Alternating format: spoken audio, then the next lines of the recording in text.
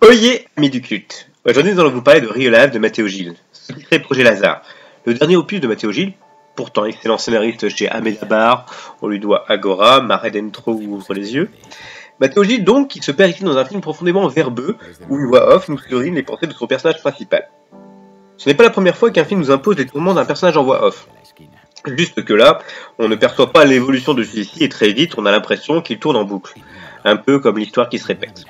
L'histoire, c'est celle de Mark Jarvis, un jeune trentenaire dont va avoir du mal à s'attacher, interprété par Tom Hughes, qui se découvrant à un concert décide de se cryogéniser juste après une mort qu'il a lui-même programmée, histoire de ne pas faire subir à ses proches les ravages de la maladie.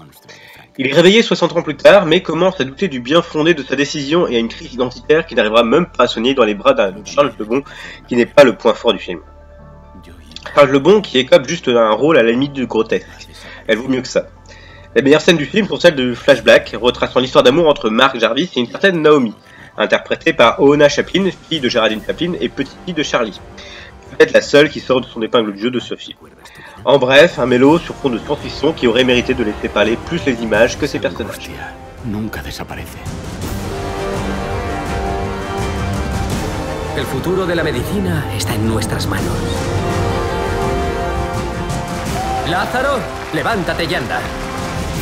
Vas a ser la persona más famosa del planeta. Sigue sin responder.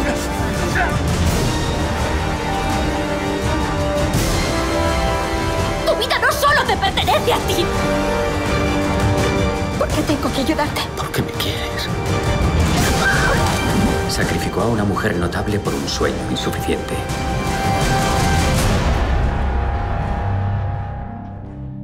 Habrá otras personas a las que amar.